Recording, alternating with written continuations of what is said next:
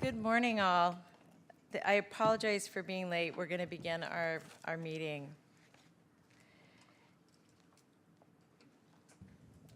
That's interesting. So today, we're beginning the Child Welfare Ad Hoc Committee meeting, and I'm going to begin by asking our clerk to call the roll. Vice Chairperson Arenas? Here. Chairperson Chavez? Here. Thank you. Next, I'm going to go to public comment, and this is an opportunity to speak to any item not on the agenda but within the purview of this committee.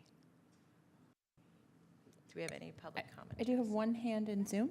Thank you. How long would you like to give? 2 minutes, thanks. 2 minutes.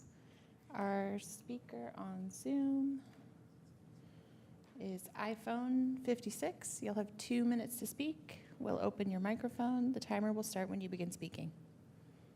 Good morning. I'd like to remind this committee that last week on the Mercury News reported that Jordan Walker, he passed away because the county wouldn't listen to his grandfather, who said that the child was in danger, and the county just completely ignored him. And now there's a lawsuit against the county, and I can tell you that this negligence also carries over to my children who are being sexually abused. My son has already reported that my ex-wife was letting somebody anally rape him. And Daniel Little, he's refusing to conduct a screening. And now the logic is coming out that because my son is now an adult, he's not going to do anything about it. But that he's completely ignoring the other reports that I've made about my other children. There's rubbing up against the buttocks of one child. There's also unnecessary bathing with the children. I mean, he's not considering this other prior act that's been confirmed. And let me also say that I've been making these reports before my son confirmed it. And the Department of Family and Child Services completely ignored it. And this is happening to other parents as well. It happened to Violet Brooks. It happened to Catherine Campbell. It happened to Diabaron. If we keep Daniel Little in his position, more children are going to be killed. They're going to be raped. And we need to replace Daniel Little and put somebody who cares about. That concludes public comment. Thank you. I'm going to close the public comment, and I'm going to go to the board for the consent calendar. And on our consent calendar, we have the minutes from the June 25th meeting and the minutes from the August 29th meeting. Motion to approve. Thank you. I will second that. Any public comment on the minutes? No requests. Thank you. I'm going to close that public comment, and I'll go for a vote. Vice Chairperson Arenas? Yes. Chairperson Chavez? Yes. Oh, my God. Thank you. We're now going to move to item 4, and this is consider recommendations relating to the legal consultation model to support collaborative decision-making. And I'm going to turn to the staff for a presentation and then go to the public for comment and then come back to the board for discussion. Welcome.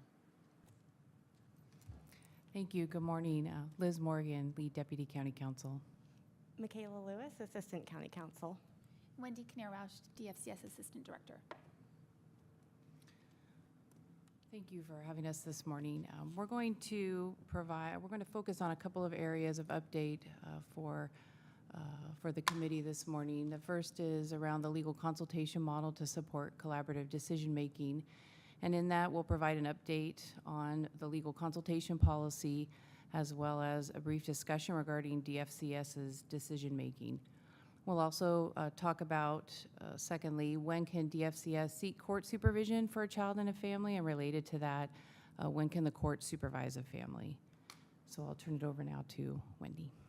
Perfect, thank you. And we'll plan to discuss both. We'll pause after the legal consultation model, take any questions on that, and then we'll go to the second topic for discussion.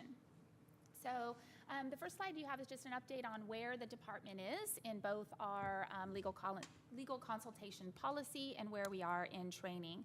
So we have been in preparation process with a great deal of feedback received and fine-tuning in that process. DFCS plans to do rolling implementation and training. This process has officially launched as of October 1st, and we are still working on communication, presentation, and planning and messaging to staff. We will be launching this in a tiered training approach, starting with the managers, supervisors, to make sure they can support coaching and training to staff as more questions and things come up. We are going to ensure good feedback loops to that process so that we can continue to take a look at both our process and how we're rolling out training, as well as any feedback on the actual policy itself. We'll be tracking completion of the training, gathering feedback, and we will also be launching a CQI process to know how we're doing in this different model of moving forward as well. And then we will report back on a quarterly basis in the quarterly reports. Next slide.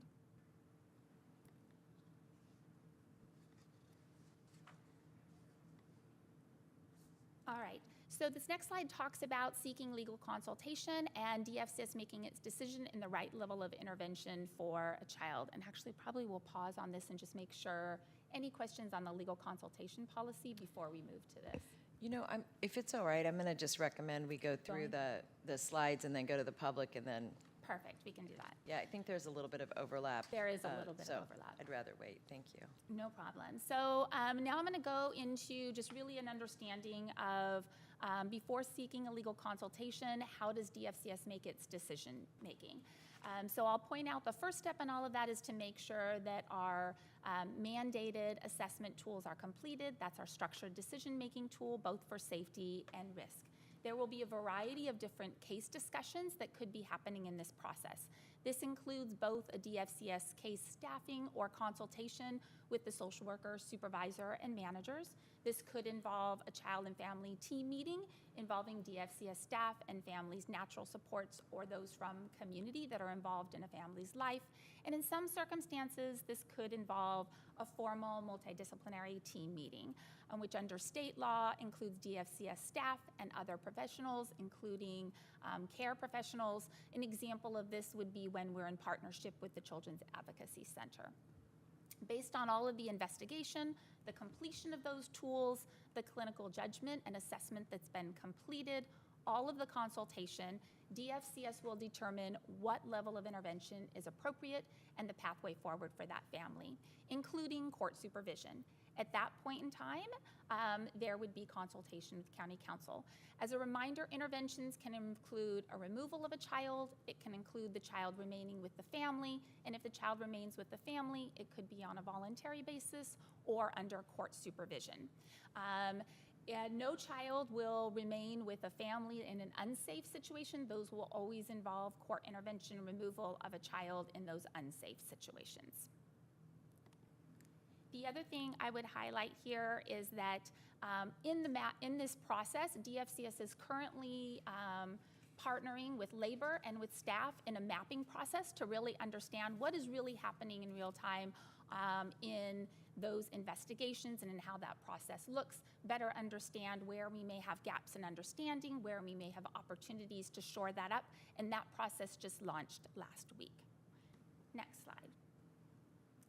So this slide really zeroes in on some of the decisions around the interim direction that the department made on increasing court supervision for those children who are at the highest risk.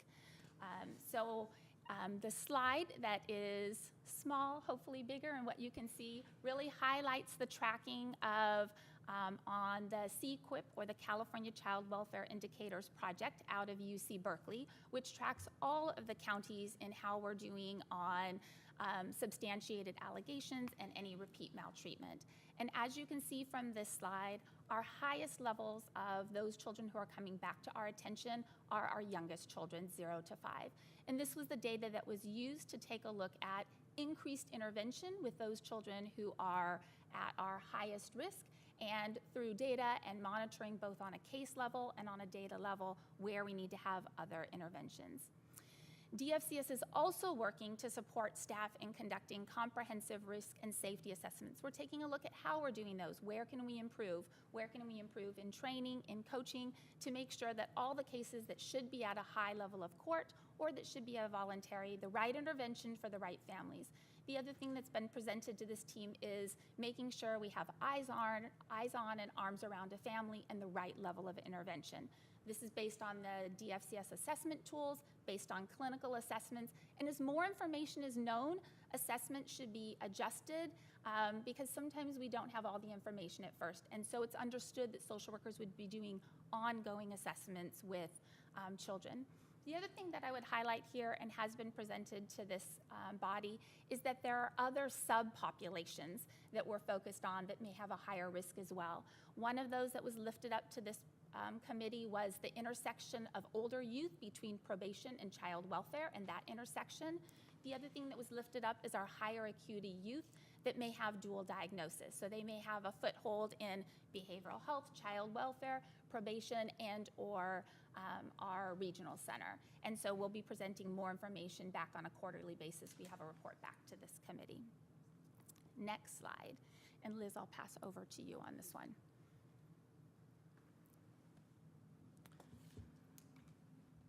So generally, the juvenile court, in order to take jurisdiction over a child and make the child a dependent, has to determine that abuse or neglect of that child has occurred, or there's a likelihood that abuse or neglect will occur. And the court has to make that finding by a preponderance of the evidence, which means it's more likely than not. And this is a very simplified definition of a really complicated analysis that occurs when a case does come to the juvenile court. We have some, if the supervisors are interested, we have some examples to maybe illustrate different situations where a court may or may not take jurisdiction. We can provide those, or we can go ahead and move to questions and the public comment. Would you mind just giving a couple of examples? Not at all. Thank you. I'm going to give the Yeah, maybe I'll start with the first example that might be a more clear situation where we might have a removal and court intervention. Please know that there's nuances. These are families' lives and children's lives, so just trying to highlight something that would have more likely to end up in certain situations. So the first example I would provide for you. Wendy, can I just give one comment really quickly, which is, these, and I think this is well known by everybody in this room and those listening as well, but I just wanted to give a quick warning that these facts are sensitive and can be hard to listen to, and just wanted to share just a brief warning before we step into them, because we'll be talking to them in a pretty straightforward way, and that can be difficult to hear. So, Thank you, Michaela. yeah. So the first situation I would bring in is a situation involving younger children. So let's use a 4 and an 8-year-old. DFCS gets involved from a call from law enforcement because of a domestic dispute between parents. Social worker arrives, both parents are under the influence, one parent happens to be arrested, unable to safety plan, and children are removed. We find out later that this has been a family that has DFCS involvement, a history of some intimate partner violence, a history of some substance abuse, an inability to establish safety. That would be a pretty common situation that we would have removal of children because we have an unsafe situation and court intervention. And that would be a case we would describe as family reunification with court intervention. And then I'll let Liz talk about a situation where children are not removed. So an example of a situation where the department would respond and investigate, but likely would not petition the court for removal, or where the court would likely not remove, would be a situation where you have maybe an older youth, a teen, experiencing significant mental health issues, maybe also experiencing some substance use problems, or maybe refusing to attend school regularly. And the hotline call came in because mom and the youth engaged in an argument that got heated, and mom slapped the youth, who went to school and told her counselor about it. So the counselor made a call to the hotline. Maybe it's the first referral on the family, and the parents might have younger kids in the home that they're concerned about the impact of their older child's behavior on those kiddos. And so and the parents have also maybe been trying to encourage their daughter to get into therapy, but she refuses. And the parents are willing to engage with DFCS. And so this is an example of a fact pattern, which is not uncommon, where DFCS would likely not seek court supervision as the first level of intervention, but would want to work with the family and support them to engage with the school and see if there are services through the school that could support the family and also help them engage in seeking and obtaining mental health supports, and just providing the parents also maybe with some education around alternatives to physical discipline. So it's just that's a pretty clear-cut example, I think, of a situation where it would be unlikely that the department would file on those facts. Thank you. And then I'll give another example where we might have not a removal, but court intervention. So let's go back to a situation where I may have a young child, age 1. There's a situation of intimate partner violence. The survivor or victim was holding the child at the time that intimate partner violence occurred. Child wasn't hurt, but witnessed the intimate partner violence that occurred. One parent was under the influence. It was a situation in which we had been involved with that family before, recently in the last couple years, and had tried voluntary services and intervention. There is concern or worry about minimizing that incident and what occurred and minimizing the history with the department. And based on the history and the high level of risk, that would be a situation where we would seek court intervention, but may have the child safely remaining with one parent if we're able to safety plan. That would be an example of court intervention, but no removal, child remaining in the home. Thank you. Is that, are you done? All right, thank you. What I'm going to do is I'm going to confirm that when we took the vote on our consent calendar that I didn't take public comment. You did call for it. There were no Oh. requests at that time. Okay, great, thank you. So what I'm going to do is we're going to go to public comment on this item, everybody 2 minutes, and I'm very interested in what's on people's minds today. I have one request in chambers from Katie Joe. Please approach the podium.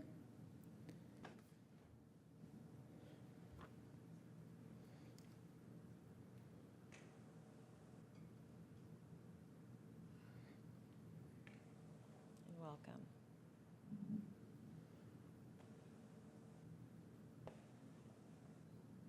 Good morning.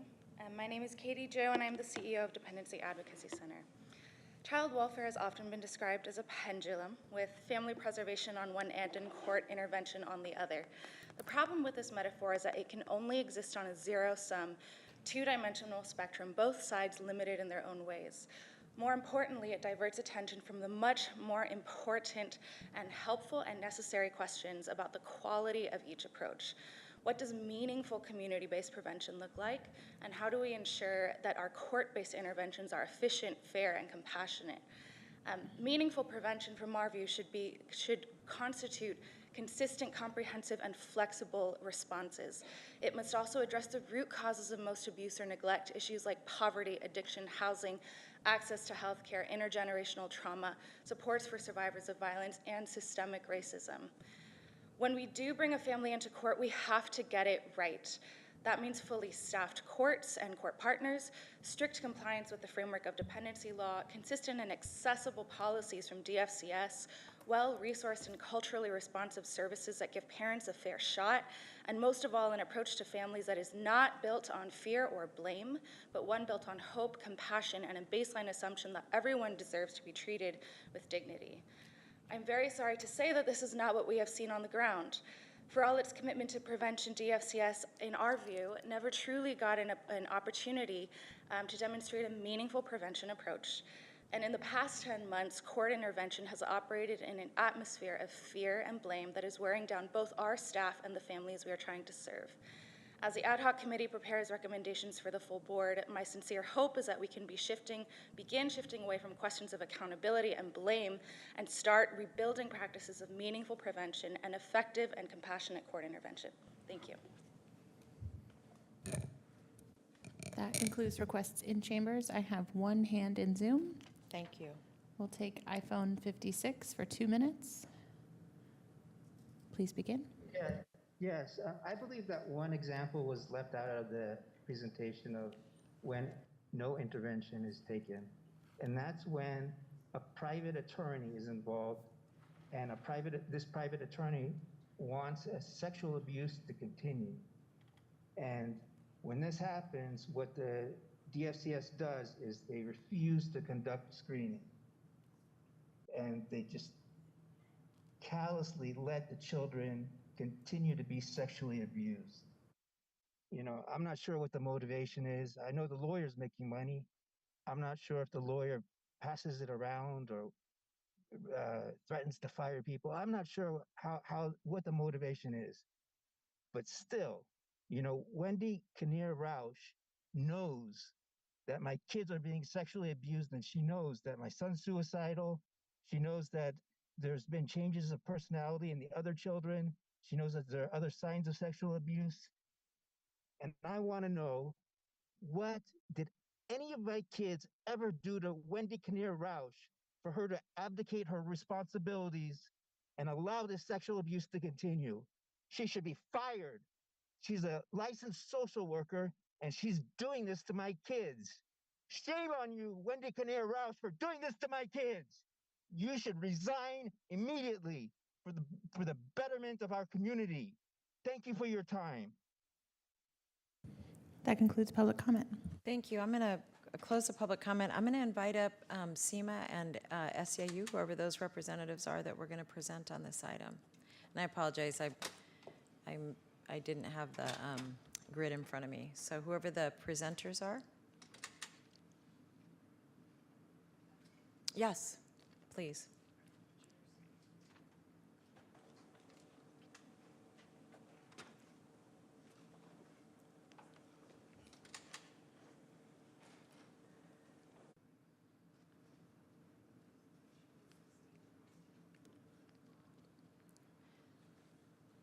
And is there a representative from SEMA here also? No? Nobody else? Thank you. Right. Well, good morning, Board of Supervisors.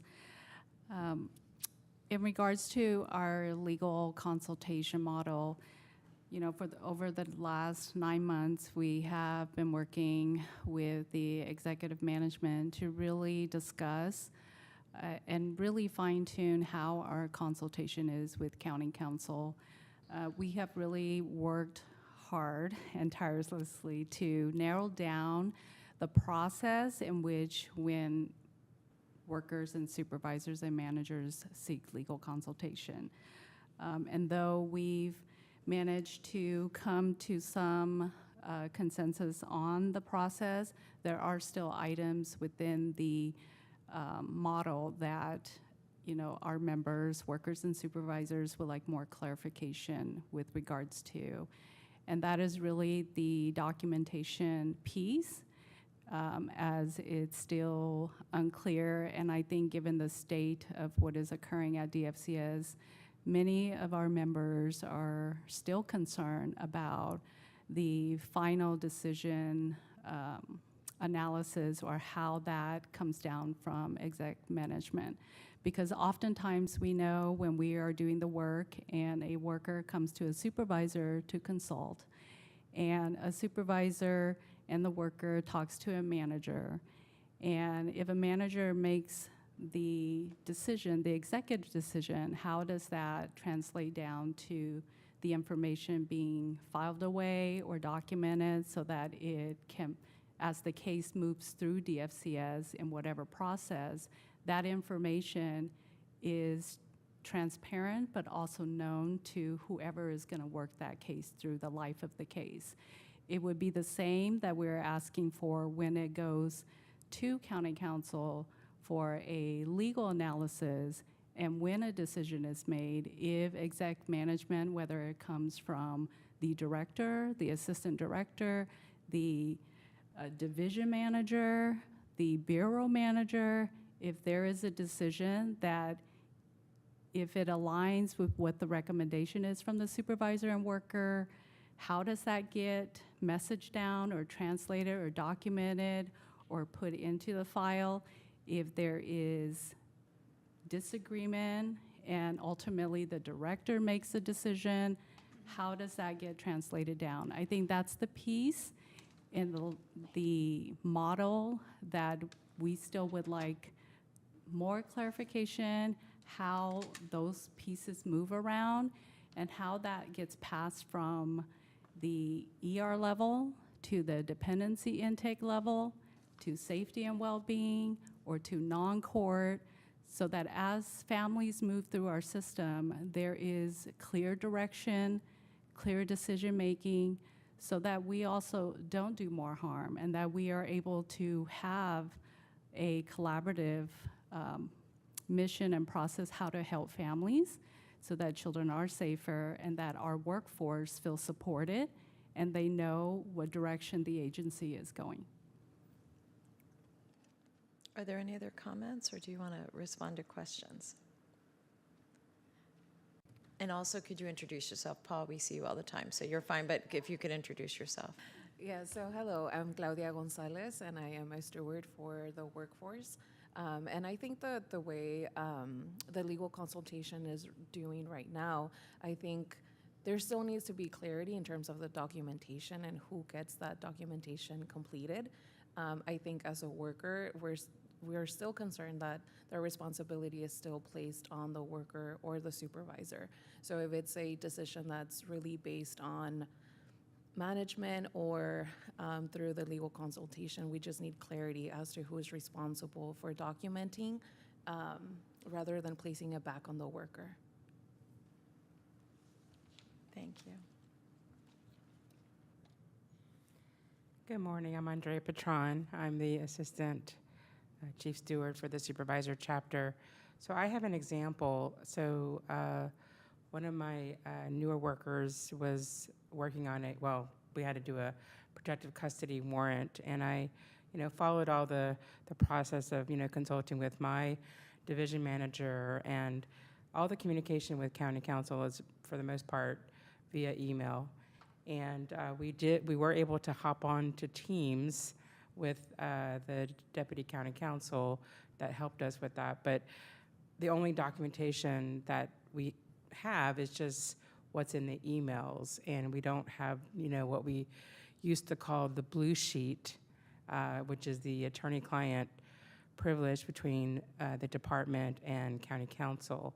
So it would be helpful if we do have some type of paper trail so that way when it does go from one social worker to the next social worker, there is some tracking of what the advice was, what the outcome of the consultation was.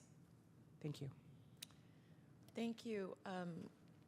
Before I come back to us, are you comfortable with me just asking the staff to respond to what they've heard? Just to get started? That would be helpful. Thank you. Absolutely, thank you. And I want to appreciate and concur and agree with SEIU team members that both an escalation process of how things go up if there is disagreement about decision making, as well as documentation, are absolutely critical places and areas that we need in this policy and this launch to be able to clarify across a large organization. And we do have in the policy both clarity around an escalation process and clarity around how things get documented at that process that would go into the child welfare CWCMS system for every case, and who was there and what was the DFCS decision and what would be required on that. My suggestion would be maybe we circle back around with SEIU to take a look at where we are in that, any fine tuning before we launch the training in that, to make sure if this meets those worries and those concerns in those areas. Could I ask just a follow-up question? In particular, I want to ask about the attorney engagement and what Andrea just raised. What took the place of the blue sheet? Is that what you referred to it as? Yes, the blue sheet is the basic. Well, we when we had staffings in person, once upon a time, there was always a blue sheet. It's the attorney-client privilege communication, and when it goes to the social worker, there was always some kind of comment or recommendation or suggestion after the staffing, and then that would go to the worker, and then they would have it in the file, but there's a separate envelope that is kept, in case there's discovery that it's not part of the actual case file, but it's a way of the paper trail, like as I mentioned. Liz? Yes, thank you. So what took the place of that would be the email that we send back with the advice, whether or not it meets legal sufficiency. It sounds like maybe what's happening sometimes is when there's a discussion about whether or not there's legal sufficiency, say for a warrant, which I think is what happened last week with this case, there maybe wasn't a final email, so to speak, from a county council saying, per our discussion, I concur, there's legal sufficiency for you to proceed with a warrant. And so I think maybe that was the missing piece here. And we can certainly tighten that up, and we'll make that part of our process moving forward. Right now, the legal consultation policy, I think, isn't super clear on that, and really makes clear that we should definitely be emailing when our advice is that it's legally not sufficient. But as far as when it meets legal sufficiency, those emails are still happening, but it sounds like because this involved a discussion in person, so to speak, that the attorney probably didn't follow up because of that, because that had been communicated verbally. So I'm going to turn to Sylvia. I just wanted to make sure I was understanding the verbiage that you all were using. So let me turn to my colleague. Just have a follow-up around that particular one. So if it does not meet sufficiency, there doesn't need to be any email, obviously, because there wasn't a decision to remove. Is that the impression, or is that satisfactory with SEIU? Oh, sorry. Can I Please speak? do, Oh, Liz, great. Thank you. please. Thank you, Supervisor. No, actually, we are emailing advice when it's legally insufficient. That's when it's exactly what we're doing. I'm Yes. sorry, I must No, have no. misheard you. Yeah. Okay. And so what happened, I think, last week was, in this situation is, they got together, they had a discussion, the decision was made that, oh, yes, there is legal sufficiency, please go ahead and proceed with your warrant. And because the attorneys are more in the practice of ensuring that they're submitting that email to staff when it's legally insufficient and laying out the reasons, this attorney likely didn't follow up with an email saying, oh, yes, I concur, please, per our discussion, please proceed with the warrant. And she likely didn't do that because that discussion happened in person. Because that's not our common practice. Is that? Oh, I see. that- Yeah, yeah. And actually, just because this happened in person, how was that for, I don't know if you all got feedback, because that's different than what is outlined in the process. Was that preferred because the case was, warranted kind of this in person? Well, no, the discussion was over Teams, but when I mentioned about in-person, that was a few years back. Oh, got it. Yeah, got it. we used to have where we would meet in person. This was several years ago, but, Right. and it was, there were definitely some helpful, it was a helpful process, but no, what happened last week, we did have a discussion on Teams, and just to clarify, there was email communication, but I think I wasn't clear on, okay, is this the documentation that is supposed to go into, what's proposed into the CWS-CMS? So that's where I just wanted to get the clarity. This is great, and I think that there has already been some direction about figuring out what we're going to do to make sure that all of this is understood at the same level. And thank you, Wendy, for offering to continue to fine-tune to make sure that everything is understood and it's gelling, right? And I think there was an agreement of a 30, 60, 90, and 100-day intervals to kind of keep track of this. And I guess I'm wondering for my colleague, how do we want to get informed of that progress? Should we do an off-agenda report, or what? Actually, let's see see what what Greta says, but I had an idea too. Thank you for the question. Very happy to take your feedback on what you'd prefer. Our current plan is to include an update on both the perspective of the department on how the legal consult policy is going implementation-wise, as well as the feedback that's been gathered as part of each quarterly report until it's clear that we've really addressed all the feedback. There's comfort across all stakeholders with how it's working, and that the board is also comfortable. So that is part of our plan to include in the quarterly reports. If you'd like a different interval of feedback or a different method, we're very happy to take input on Well, that. I think the quarterly reports are great, but I actually think even sitting when with DFC, with our committee, our Children's Family Seniors Committee, when the ad hoc committee goes away, that for some period of time, and maybe it's biannual, there ought to be a discussion about whether or not the training and there's alignment between the leadership and the line staff, so that, frankly, so there's goals to meet relative to that, and then we can invite SEMA and SEIU and the leadership from the department to have a more, a thorough discussion about what's working and not working, because for a lot of different reasons, I think, I won't speak for Sylvia here, except that I've heard her reference this a few times, that the responsibility that our line staff have is so heavy. And I can hear it when you're saying, like, we need to document who's making the decision, what are the implications of that, where does it go in the communication that's kept on record about this. And I frankly think, as we're thinking more and more about how to get better at providing services to families, that information is actually very important in terms of being able to look back and say, here's what we're learning in real time, and a mechanism for doing that. Which leads me to a follow-up question. Do you have more? May I jump in on this one piece? Oh, yes. If you could just fold another question in terms of who's part of this, committee feedback loop, because I know for sure it's SEIU.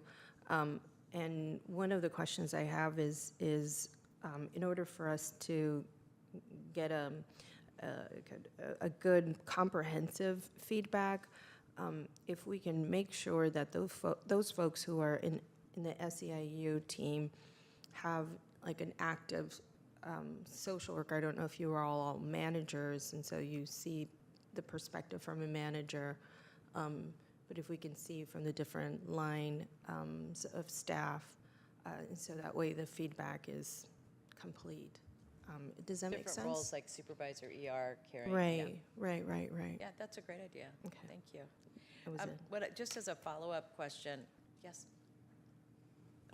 Thank you, Jessica, sorry. Just my follow-up is that the question I just posited about who the decision maker is and ultimately what gets decided and how that's documented. Could you just speak to that issue that was raised? Because I think two of you raised that as a concern. Like, how does that stay in the file? Whose job is that to document it? And where does it go? So I can speak on, I'll let Liz speak on the county council portion. I can speak on the process on how it would get documented. So the documentation recommendations on these is that it would be a DFCS intervention decision that's made. It would be documenting who participated in that consultation, and then there are clear guidelines on making sure SDM tools are included where they need to be, and then there would be, here's the risk level, here's the final decision on this case, and then that's actually put in the record for that family. So that if it was 5 years down the road, like how do we look back and understand decision making, it would be in the record for that family and an ability to go back and see that decision making. That would occur whether it's at a lower level with just at a manager level. That would involve if it goes up to a higher level and has involvement with a bureau manager or exec, the same process would occur. That DFCS intervention decision, who was there, and it would be in the record. And that's the fine tuning. We can take a look with SEIU, how that's documented, how we put that in and see if we need to fine tune it. Thoughts or concerns?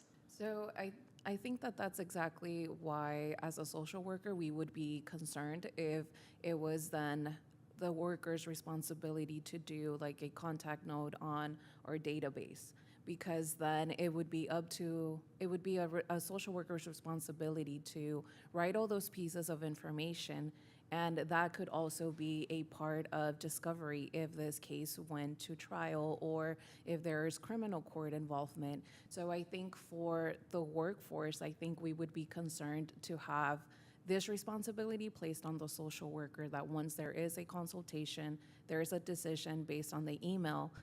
The new legal process also suggests to do a contact note on our database. So then who is writing that contact note on the database?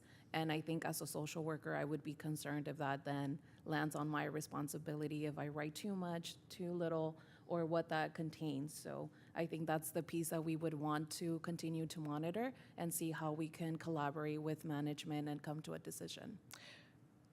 Well, so say what the process is. What was the process 2 years ago? Well, 2 years ago, I don't believe that we had a final contact note on our database. And we tended to have what Andre has mentioned, which was the blue sheet. Then that would be sent or filed into our confidential client attorney privilege information. But now this new legal process suggests that we do the emails, but we also do a contact note on our database. So that's the concern for a social worker, is to have that responsibility to write a contact note on our database. I want to comment. I think it was, I don't know if it was the last ad hoc meeting, but I do remember Damien saying that it was going to be the supervisor's responsibility. Is not that not the accurate? worker. That is accurate. Our current policy, it would be the supervisor who would be doing that documentation note. And I will just add into this conversation that in our discussions with CDSS, they want to ensure that this decision-making is in the record of CWCMS. We had not been doing it before. That is something that other counties do, and that is one of the things that we need to be in compliance with, which is why the change to have it in the record and decision. And it is the supervisor that would be doing that documentation. So I'm going to make an observation and a recommendation. You know, I think one of the challenges that we have is that, I mean, there are many. First of all, this is like very complex. It's enormously personal. A lot's at risk. And so the strain and stress that you all carry and that you all carry, I know, is significant. I think that as we're training and educating, one of the challenges is that if we're not meeting right away with the line staff and at least doing a pilot on training with a small group of people, what happens is, I think, one, we don't catch where there may be gaps, and a gap, both an actual gap and then a gap in communication, which I'm not sure. To me, this sounds a little more like communication. But the other is that I think working with a small group of people to do trial runs on training in partnership with our union partners would really benefit us before we go out and train people en masse, because these questions, especially from folks who are so engaged, are of concern. And I don't know that speaks to a couple of different issues, but I would just recommend that we not roll things out without at least a trial run with our most engaged leaders in the institution, and especially the line staff. That's for me, that's just something that we have to start doing really countywide. It's not just here, but it's an oversight in terms of deep and meaningful engagement with our employees. Did you want to lean in on that? Yeah, I was just going to add something to that. I think very consistent with that comment. As the board is aware, we're in a really significant effort involving DEB staff within the Social Services Agency to really improve both the quality of service to clients we serve through DEBS, but also the worker experience as well. And really thinking deeply about how we improve training and approach, and starting with smaller cohorts to refine trainings as we go. A bigger core piece of CDSS's feedback specific to the legal consultation policy, but also more across the board, was really improving training and staff communication and getting better engagement, so that there isn't inconsistencies across the agency and understanding of policy in practice, et cetera. And so I can turn it over to Sarah or back to Wendy to talk more about that. But I think the goal is to use the process for developing and training the legal consultation policy, having deeper partnership with staff on how that process and feedback loops work, inform also bigger efforts around training on other topics, because we know this is only one of a number of places where there's some opportunities. And let me just add one thing. Some months ago, I feel like this could have even been a year ago, one of the requests we made of this committee, or maybe it was at a board meeting, was that we understand the process for community engagement. And I don't think I ever saw what that, engagement, with y'all, like what the rollout was going to be and how that engagement was going to occur. And I'm just going to ask that come to the board as when you do your next quarterly report. It can be just a couple pages, but the commitment to teamwork here is really what I'm trying to see in an engagement plan. And I appreciate the direction, because I think that's the right direction, but I feel like it's been discussed and continues to be out of alignment, honestly. Like the fact that we're having this discussion today. And so anyway, that would be my request on this item. So as we take a motion, if we could include that along with the distinctive issues that were raised, meaning that we now know it's the supervisor. And so all of that just gets codified in our action. I'm going to turn it back to you on this, and we're still on item 1. We'll get to item 2, I promise. Okay, and I'm going to second that. And so I think the other piece that I'd like to see maybe shared as you go through the legal consultation process iterations, right? And like even just these nuanced decisions that we're making here now to gain further understanding. If there is an opportunity for us to post that somewhere, I know that this is a lot of really good work. And I think that there's an opportunity to, not only for clarity's sake, to say, this is what we've decided on, right? And it's very much like when we go through negotiations, right? And this is the last iterative conversation we've had. But not only for a common understanding, but I think for our stakeholders as well, so that they are in the know in terms of what is to be expected. And then the other piece that I'm hoping we can talk a little bit about is the education and materials that could that exist already. This is just a question I have in terms of, I'm sure there already is. I've seen a manual where if you've entered the dependency system, it explains the whole thing. But I don't know if there's a kind of a quick pamphlet that unfolds that talks about parental rights and just the overall process. I'm sure that you've all probably gone through many different handouts of that style. If I could, Supervisor Urbinez, I would suggest we can provide to this body our parent orientation handbook, which is the that's the one description I to parents about the yes. system in an organized way, easy to understand, so we can definitely provide that. No, I've seen how long that is. It's very thorough. What I'm wondering if there's anything that is more of a breakdown than just that. So if you're first visited by a police officer, and then a social worker joins on site, that you get something. You're not going to get the manual, right? But you're going to get maybe something that tells you these are potentially the options that you may go through, right? There's voluntary, there's whatever the options are, right? And just so that a parent starts getting familiar with the concept if they haven't been in their system before, or even if they have, things have changed, right? So anyways, if there's something like that that we could give in the moment. If you can think, you probably have, and there's probably different iterations, and then it's culminated into this manual, right? That is very comprehensive, very helpful, but at the same time, when we're in crisis, we may not, the manual may not be this thing that we go to, right? So anyways, I like that to be part of the motion. I do want to comment. There is a pamphlet that ER social workers do give out. It's called Information for Families.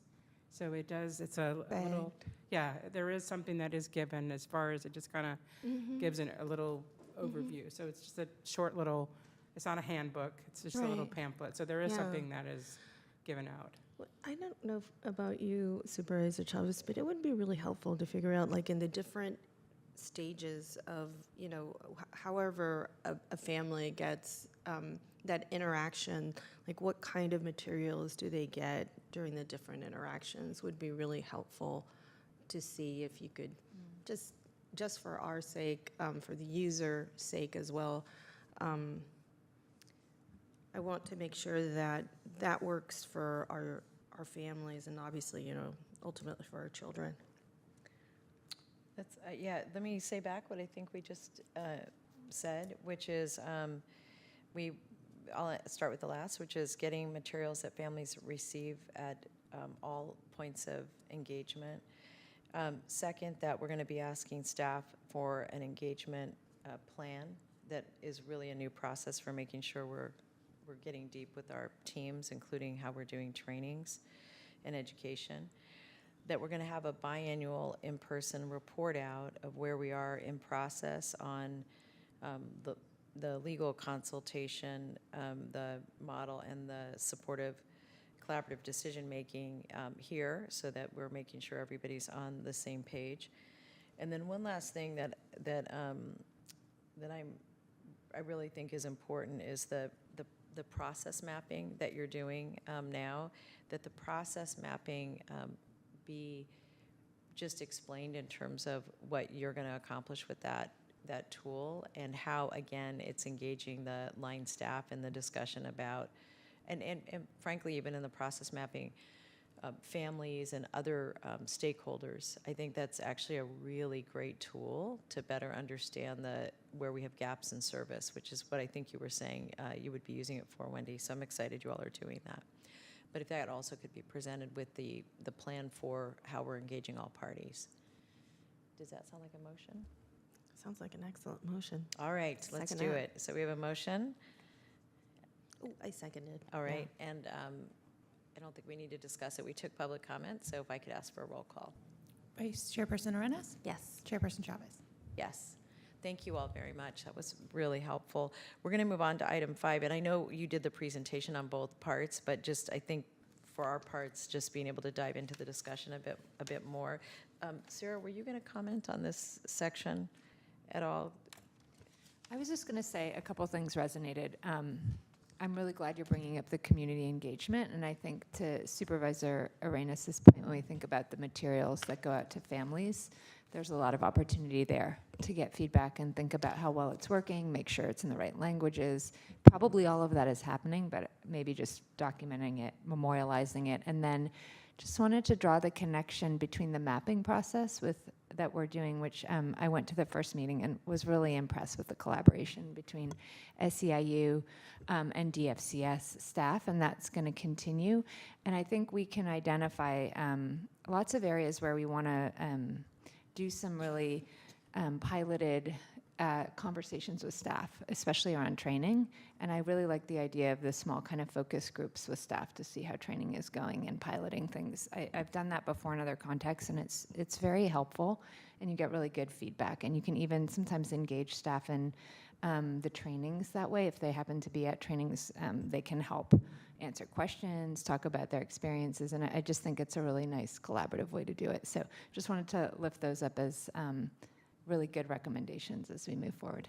Awesome. And through the chair, if I can just, I really love that, because I know that there's some members of either SEIU or social workers on the peripheral who express concern about materials in different languages. And so I think this is a really good opportunity to kind of make that inventory and really identify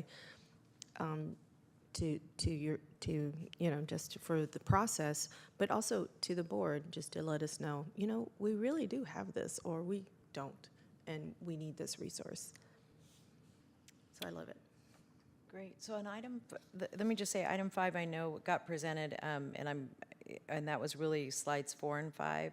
So what I want to do is, since you already presented, I'm going to just go to questions, but what I'd like to do before I go to questions is see if there's any public comment on the deeper dive. And I know, Katie, you kind of spoke to this already, but anybody else that's here that wanted to speak to this item? Thank you. We'll take our online commenter. I have 2 requests in Zoom. Online commenters. Thank you. Sorry. For our first speaker is iPhone 5.6. You'll have 2 minutes. The timer will start when you begin speaking.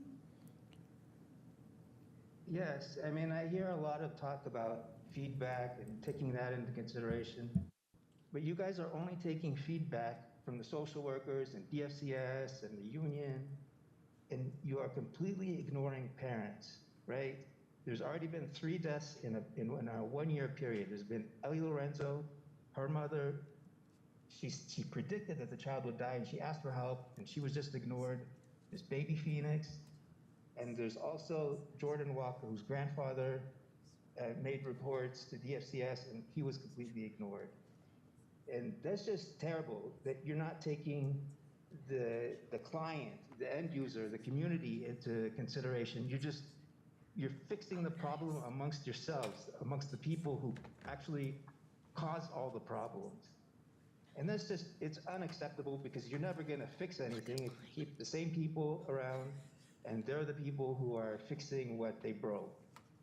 I mean, like, you could look at Germany, right? I mean, this is an extreme example, but you wouldn't take Hitler post-World War II and say, hey, you fix everything, you're the perfect person to reconstruct Germany and make everything like it used to be. I mean, all I'm asking for, right, in the end, is a screening.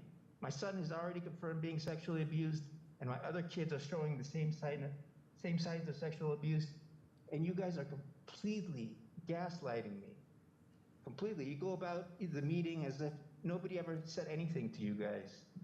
And this just, I mean, it's not safe to have children in Santa Clara County. I know there are great schools. You can make a lot of money. There's a great way to earn a living there. But we need to be moving out all this. Our next speaker is Lil Turner. You'll have 2 minutes. We'll open your microphone. Timer will start when you begin speaking. You'll have 2, there we go. Thank you. My name is Lil Turner, and I'm a lead attorney in the dependency unit at Legal Advocates for Children and Youth, which is a program of the Law Foundation. I've worked at Lacey for nearly 10 years, representing children in dependency. I appreciate you for including Lacey in the work of the ad hoc committee. And I'm sorry I couldn't be there in person. I had court this morning as well. I would like to provide some feedback to the question of what appropriate interventions can occur to ensure safe children and families. As an attorney representing children in dependency, I continue to see significant inconsistencies in recommendations from the county social workers. I understand that DFCS has implemented some policy changes, but it does not seem like all of the social workers are up to date on policies and procedures, or there's a discrepancy between the social worker and their supervisor about what the policies and procedures are. I believe an appropriate intervention would be for there to be consistent training and consistent messaging throughout the social work teams on how to use the structured decision-making tools. The lack of consistency indicates that the DFCS social workers remain unclear on what their current protocols are and how to execute them. Additionally, I remain concerned about the lack of clarity and accountability in the department's safety planning efforts. It's not always clear to me who's involved in safety planning, what the plan entails, and what kind of accountability or follow-up there is.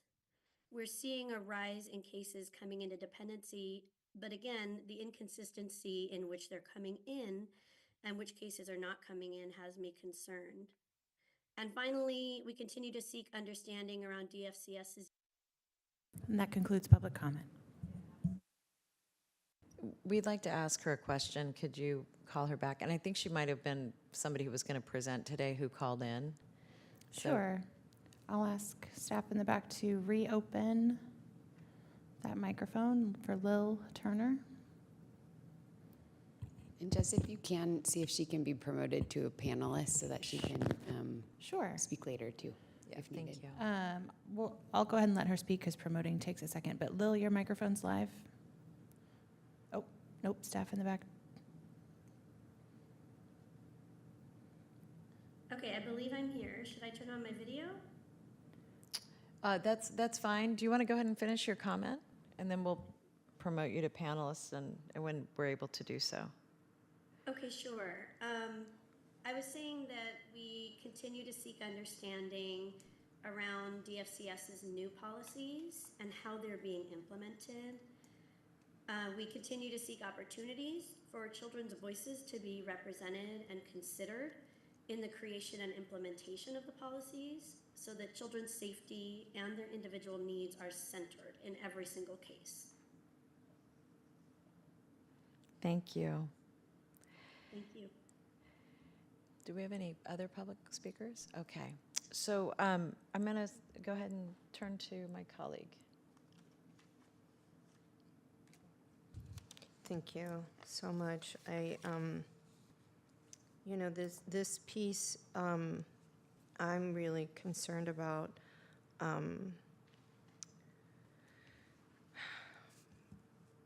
Because there's been a number of points of data that tell me that obviously, you know, the CDSS report has told us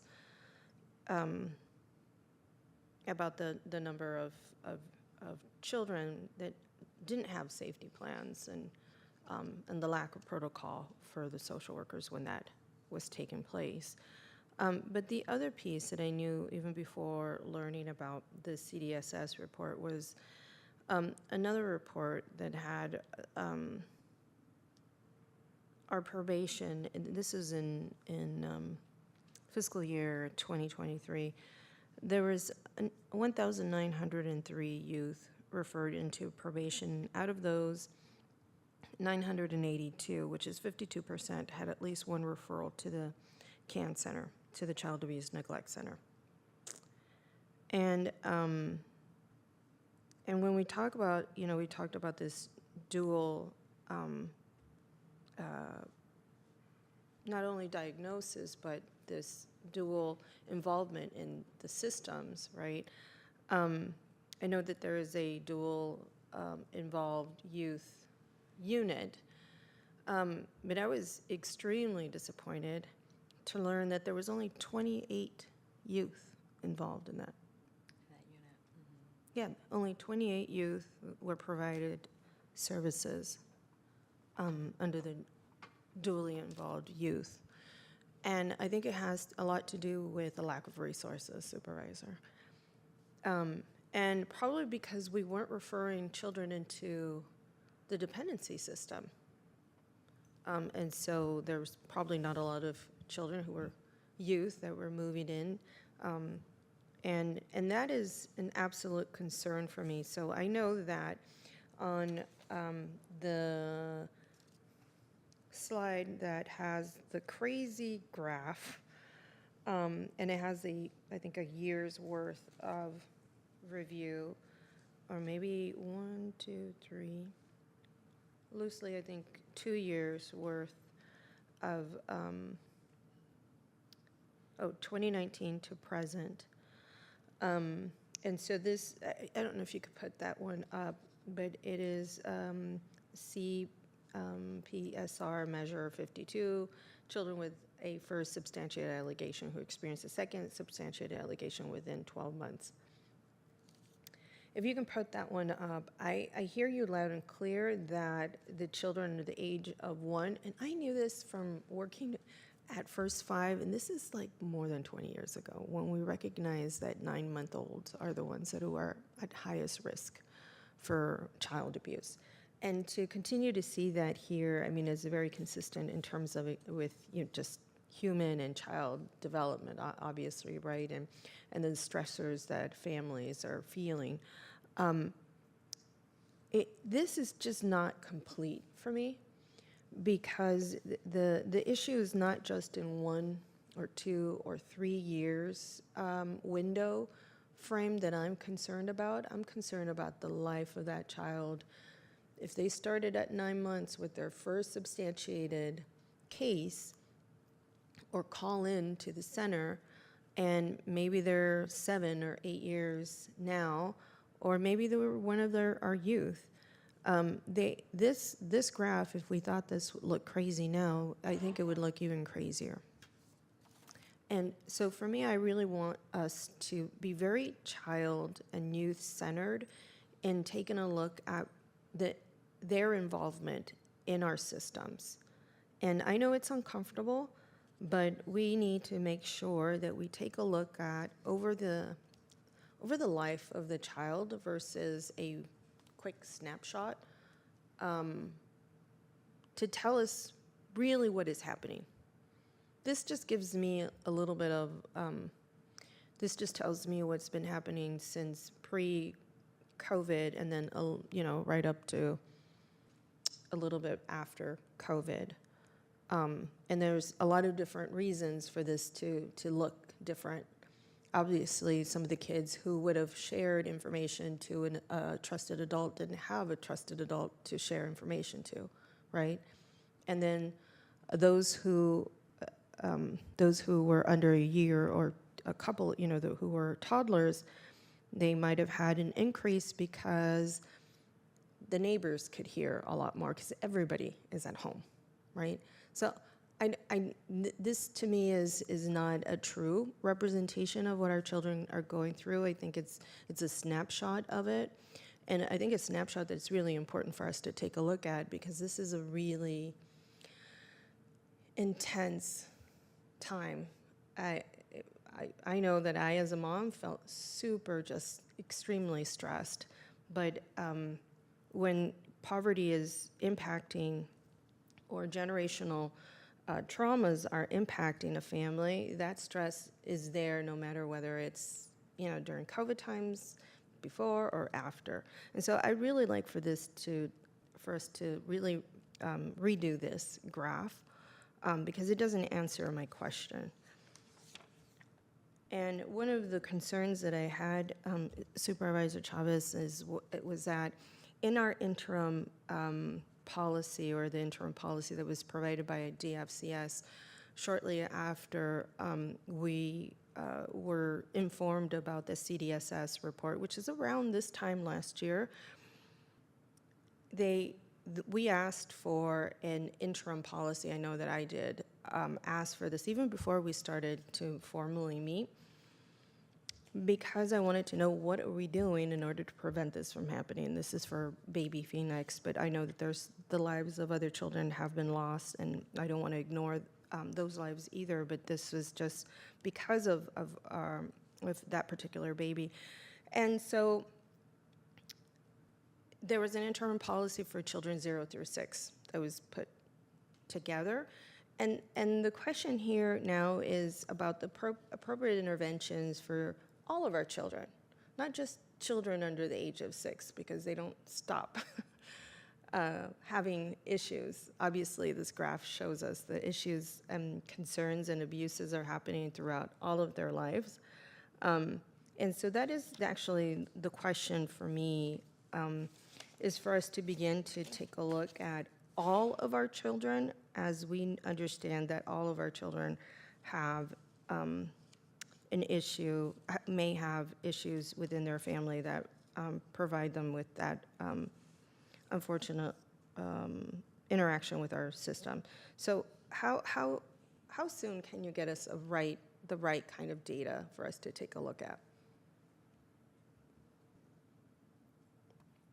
So you pose some really good questions, and I would first say that this is just one, you are right, this is not a full picture. This is one snapshot of a way to look at and understand the complexities with families.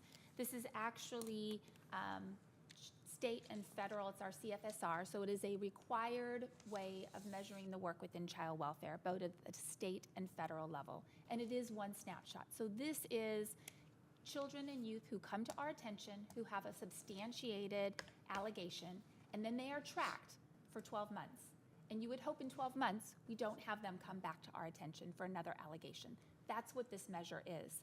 And the reason why this measure is so important, because this really leans into, did we get the right intervention initially right for this family? And it tells us that we had a more likelihood than not that we weren't getting it right for our youngest kids, our most vulnerable.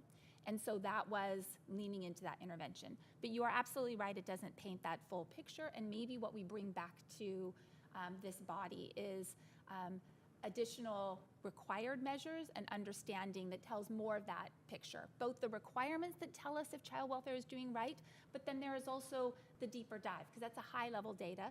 Some of that data requires time before we can answer that question. So like the measure I just talked about, it's going to take 12 months of that cohort to really know, did we get it right?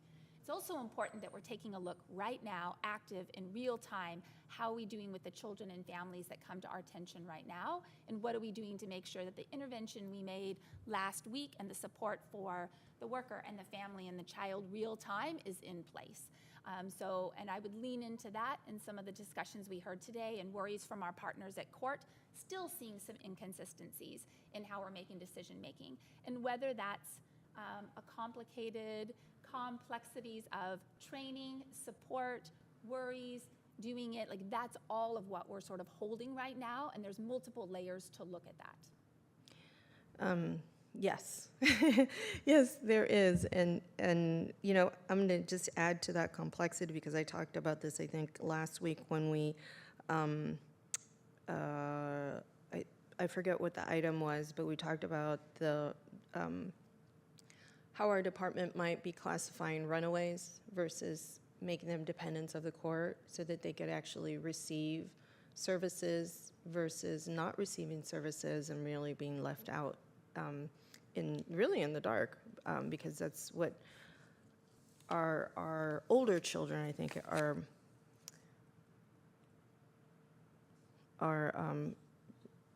experiencing. So I'm going to go back to the CDSS report. They have recommendations 6 and 7 that require new data monitoring and methodologies for child safety and the other issues in the report. So how do we turn that CDSS review into an ongoing dashboard that can be used by the board to assess progress? And I think we could fold some of this in as well. I would suggest that maybe at one of our next meetings, we can have a presentation on how to navigate through the Berkeley website and the mandates that we have on that data. We can definitely provide that for the board. I also want to lean into what you said. No, I'm not asking you for that in particular. What I'm asking you is for the recommendations that are already happening through the CDSS report.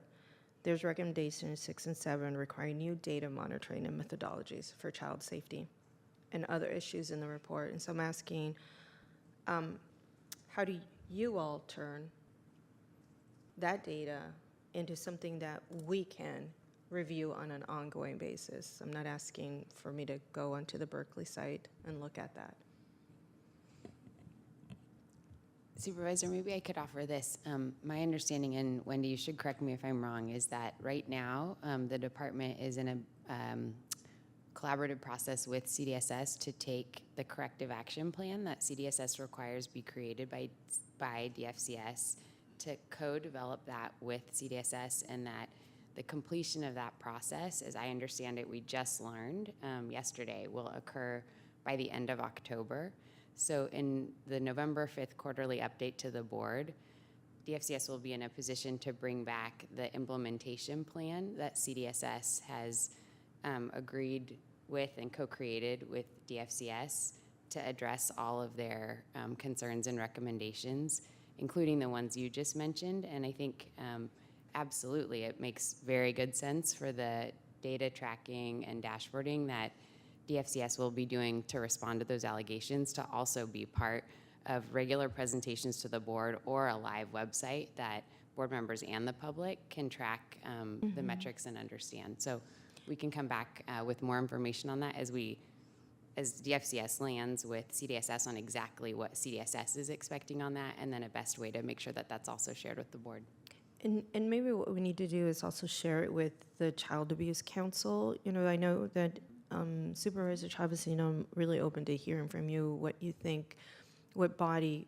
I know we talked about putting together kind of a body to have a check and balance in terms of and external stakeholders, because they keep us on track, right? If just like the attorney Turner, if they are seeing inconsistencies with a level of understanding or training based on new policies, then, you know, that has really a snowball effect. And so I think I'd love to see a body that can keep us in tune with how this is all playing out after we actually implement, right? And so I don't know if it's the Child Abuse Council that we can go back to and do a check-in, or if we develop another body that is, you know, made up of external stakeholders, community stakeholders that can provide us with that type of feedback.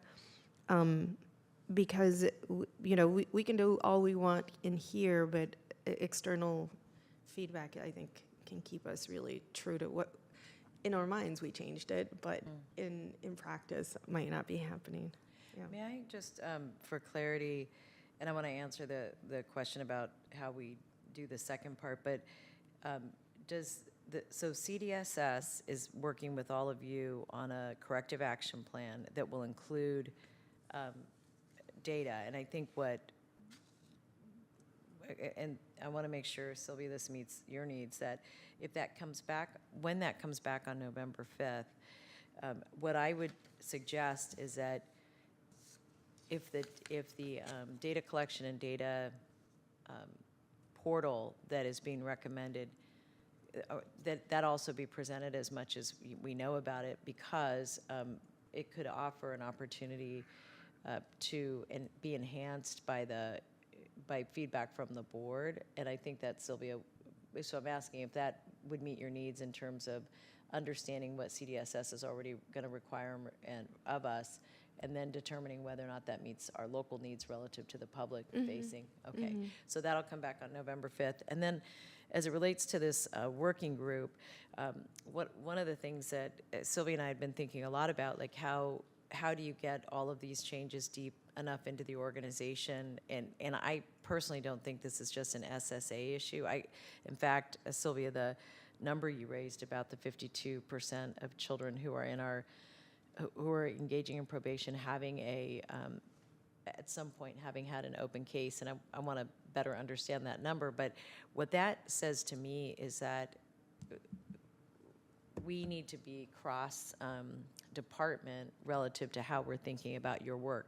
And I just want you to know, actually, one of the designations around having a chief children's officer at the time that we brought this to the board was that I actually wanted somebody high enough in the organization that could influence across departments, so that we were actually changing policies irrespective of the department that were focused on child well-being. And so the reason I was interested in considering a working group, and perhaps a member of the Child Abuse Council could be a part of it, is that I thought it would be important for you all to have an internal working group that included the health and hospital system as they end up but, you know, especially the pediatrics from 0 to 17 are seeing all kinds of needy children that could be part of one of our systems, to probation, to, you know, even public health. So I say all that because I actually think that we've tried an external body. We've been engaging the Child Abuse Council, and I have not seen the dial move far enough into really supporting children and families the way I think they should be. And to be frank with you, the exercise that we went through, I can't even remember what it was called. I went to 2 meetings, and I couldn't believe how complex we made something within 5 hours. Like, I mean, I know this is complex, but we then said, hey, it's not complicated enough, let's do more. And so the reason I'm looking at a working group is it seems to me that if they were accountable to reporting out to the Children, Family, Seniors Committee, and then to the full board on an annual basis about how we are moving the dial. Here are the metrics, here's how we know we're doing a better job, that's the only way to keep eyes on this. And only because I've been thinking a lot about this is that for the number of years that I sat on the Children's, Family, Seniors Committee, Sylvia, with you and with Dave, I was always struck at how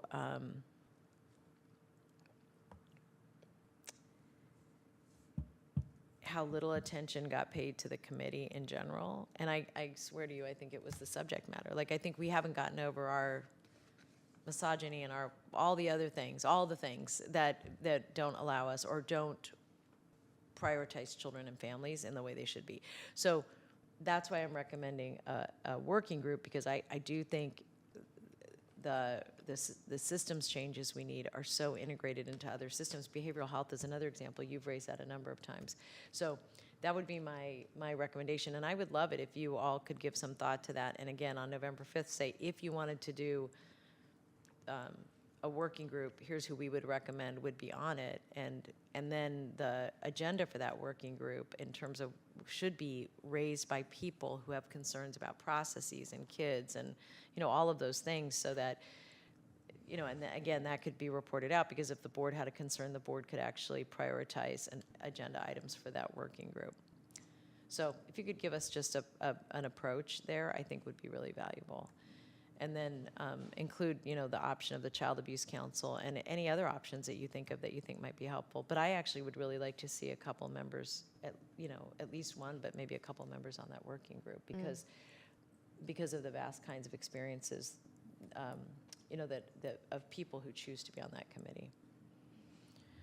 Supervisor, may I just maybe ask a follow-up question on that feedback? I think we're happy to bring back some thoughts on that. One specific question/thought is, we do have some really wonderful folks on the Child Abuse Prevention Council who I think would be some of the folks if we were to create a separate body that we would want. So I think maybe we can look both at how can we better utilize the Child Abuse Prevention Council, to Supervisor Arenas' initial suggestion, and maybe there's some changes to the way the department engages with or supports the work of the Child Abuse Prevention Council in really fulfilling that original mission, especially since there's a lot of folks who've committed to spending the time that they might have available to work on these issues to participating in that council, as well as additional structures that might also leverage it. So to the extent that we think there's some really important voices missing from that, either how do we get some of those voices connected to the Child Abuse Prevention Council, or how do we create a separate structure that leverages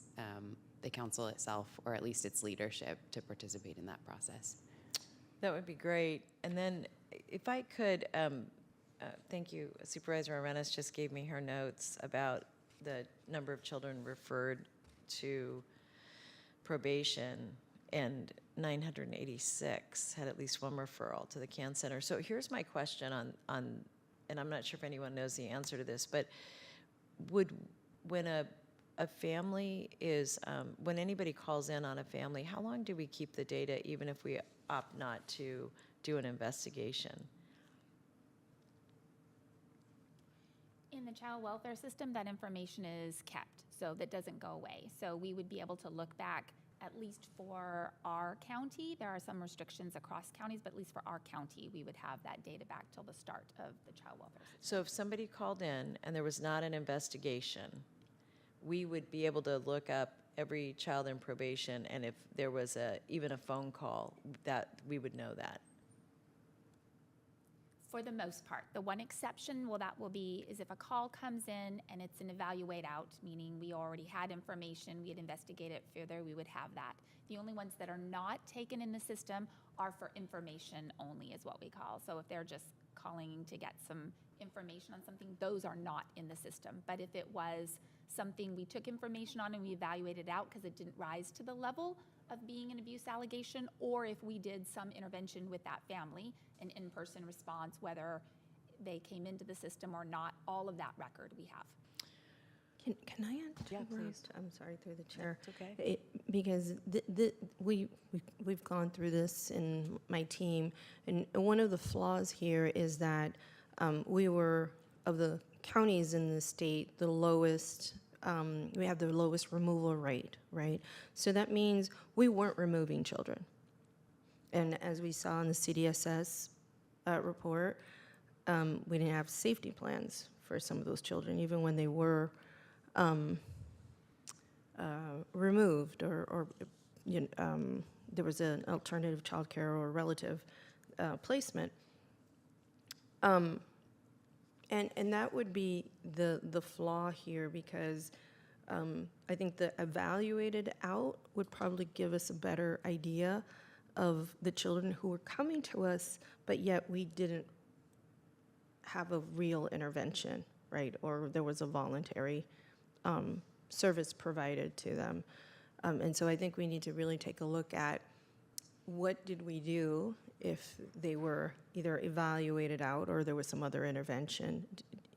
Does that make sense? Well, and that's partly why I was asking the question about, because I think you're raising a really interesting point, and part of the reason I was wondering is we have a lot of calls that come in, maybe for a child who's seen wandering, and we get a call saying, toddler out. That would still be captured, that toddler, that name, in our database, and so that would be attributed if probation did a match. That would be included. Yes, and I know that on that original list, we did match up. That's how we knew there was some child welfare history. The deeper dive, if you will, requires going into the case record of each of those 900 to be able to really understand the complexities and the history of what occurred. And with that timeline, the person power involved, I think we only did kind of a deeper dive on the ones that were involved in the dually involved unit at that time. But it is possible for us to better understand that data. I know we've been looking at it more fully. I also know from the last board meeting, we are taking a look at those older youth that are not involved with probation or child welfare services, those involved with child welfare, those involved with probation, with regards to the contracts and what's available for those different populations and intersections. And so we are bringing that back to this body as well. That's really helpful, because I appreciate that will occur. I think this piece of work is actually, I think, really the next crux of deeper dive that the community, and when I say the board, I really mean, and I think Sylvia does too, like we mean the community and the feedback that we're getting from the community.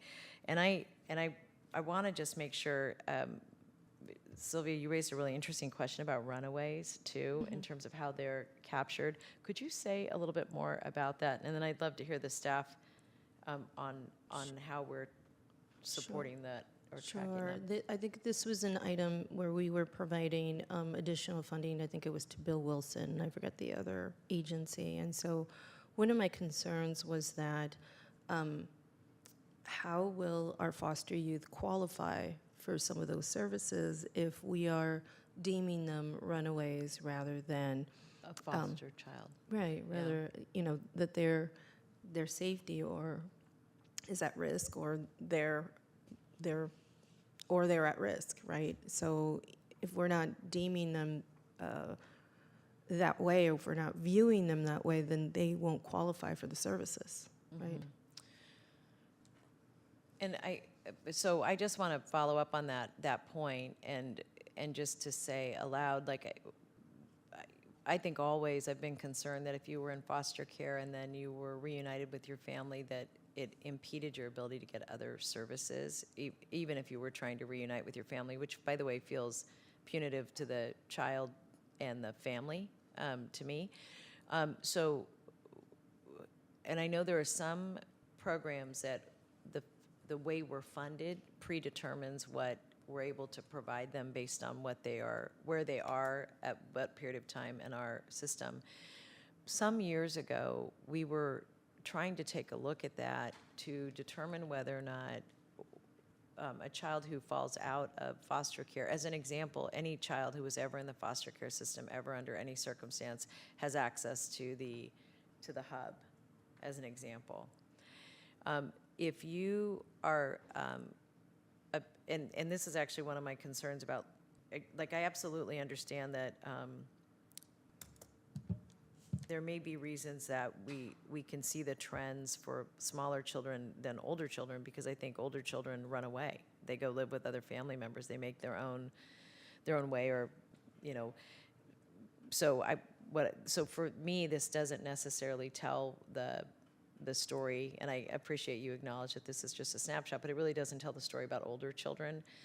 And one thing that I would request is that we update, and this was a report done a very long time ago, but that we update the report that demonstrates what services children and families are able to get while they're in foster care, and then what gets terminated when they're no longer in foster care. Because I think the point that you're raising is really critical, and I actually think that as we're thinking in the future about, for example, our housing programming, that we need to fundamentally think differently as it relates to foster youth, and especially teens who've left home, because when we find them on the street, I think the point that you're raising about who are they considered, in our community, it shouldn't matter. Truly, they should have the same services irrespective of whether or not they're in one system or not the other. But I think we have to be intellectually honest about what people have access to and what they don't have access to. I think that would go a long way to helping young people who are in untenable situations thrive. But I also think this goes back and speaks to the issues relative to how we're supporting families or not in these processes. And I do think the resource question is a critical one that should be answered, because I think it would help us understand how to right-size and I'm using the term system, but I mean right-size our supports depending on where a child is on the spectrum and where their family is on the spectrum of need. And frankly, I have to say, one of the biggest complaints we've gotten, at least in the large meetings you and I have been in with foster families, both with the parents and the foster parents, has been the confusion over resources, the ability to access them, and the timeliness of accessing them. Which, you know, I mean, I think we've spent hours listening to just that subject. So if you could prepare that, I think it would help the board, again, make some determinations about funding. And I'll just say, the Intern and Earn program, the reason we increased the care, I forgot what you call it when someone else cares. I mean, it's not babysitting, but I guess it is. So if you're a foster child, we were paying like nothing. Respite? That respite care. So we had to expand the respite care ourselves because the state was like letting people get like $1 an hour, and we have some very, very high need children, and so we increased that. But I feel like and then we had the hop, skip, and ride, but all of those things that we did during the Foster Youth Task Force were minor adjustments, because this bigger, more pervasive problem about who we can provide services to under what terms and conditions is so hard that I think we were just trying to fill in the gaps. And so we were really responding to foster parents. Like, none of those ideas were our own. There was people who came and spoke to us and said, we need this, we need this, and we need this. That was for the foster families. But what they really needed, in addition to all of that, was access to mental health services for the children they're caring for. For the family who has court, supervision, how are they getting the services, and how are we making sure they don't have 32 of them? So if we could look at that resource pool, I think it would be helpful. I don't know the best way to do that, to make it simple. Wendy, I would leave that to you guys, but I absolutely think we have to do that. All right, I'm going to turn back to you. Okay, thank you. So under this question, or this last area that we're looking at is in the ad hoc, there's two areas that I want us to really focus on. One is the CDSS report and those recommendations that I mentioned. But the other one is our own work plan, and this is item 3C, which is the referral options to expand court oversight. And so, there's some work in progress in terms of updates on this particular work plan. But it isn't necessarily clear, what is it that we're actually doing under this area, and, how is the data and analysis regarding this court supervision, whether it's appropriate or beneficial? How is that being gathered? And I know this is part of the conversation that we're having here, but in the meantime, is there an interim policy that you're working on now that we can, in the same way that we have, these different iterations of the policy, at least for the legal consultation, but it all had to do with an interim policy for our children 0 through 6 that it impacted, obviously. The legal consultation was a major question in that arena. But if I am to look at the children 6 through 18, I'm thinking about one of the issues of mislabeling or miscategorizing our foster youth as runaways. But the other one is that we are simply not removing our children who are 6 through 18. So what is the interim policy? What is it that we're doing right now to address that, to alleviate that? So Supervisor Arenas noted about coming back with the plan, and I would say the goals, the monitoring, the data, the interlinking with the correction action plan with CDSS, as well as our federal and state mandate on our system improvement plan, that is to come back and report out to the full board on 11/5 where we are on that. So we'll make sure those intricacies are included in that. I would say for our older youth, same as from 0 to 5, we should be using our requirements and direction around our safety organized practice and our structured decision making, taking a look at safety and risk and making the best decision for that family, regardless of the age. Potentially the younger the child, the higher the risk, or you could have an older child if they have developmental delays, mental health, like if there are additional impacts for that child, it could increase the risk. And so we should absolutely, in any case where we have either an unsafe situation or we have safe with a plan and not a solid safety plan, we should be making recommendations of removal and going into court. And that should occur regardless of the age of the child. It really should be based on that safety assessment and clinical assessment for that case.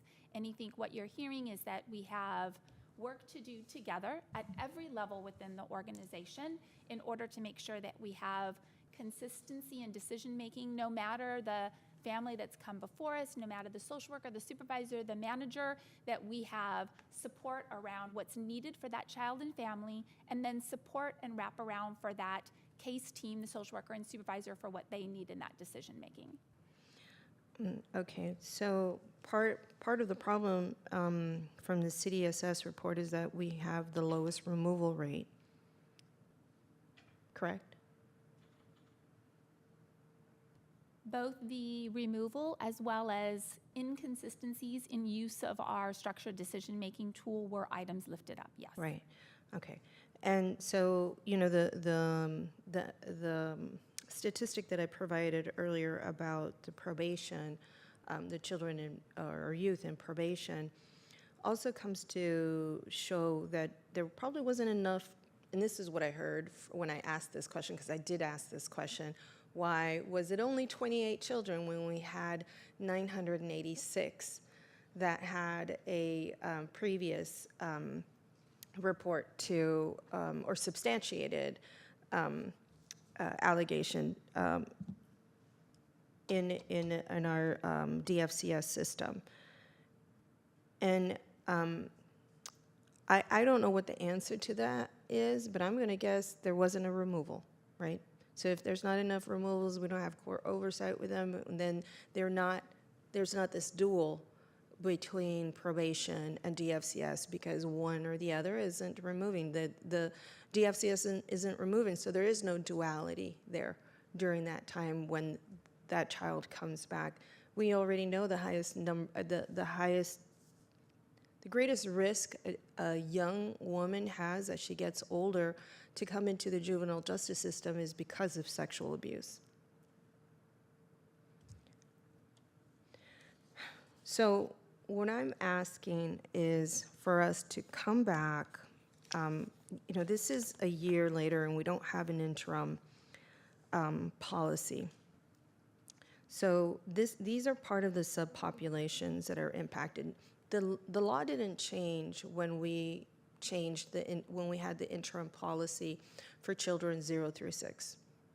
Laws didn't change, but what we changed was our criteria for removal. Otherwise, we wouldn't have higher number of removals within that age range, correct? What changed then? I'm going to ask you. What changed? If I understand the question, Supervisor Arenas, going back in time, the concern that over time we've decreased our removals is the question, correct? And why? The question is, back in October of last year, there was an interim policy for children 0 through 6 to review children who were born positive tox or who had parents who had some level of addiction through drugs or alcohol. And to review those cases differently. And so because of that, there was a higher number of removal rates. And we heard from our stakeholders how that was happening. We saw that from the numbers. And so I'm connecting this change in this interim policy for children, or now maybe it's permanent policy for children 0 through 6, was a result of higher removal rates.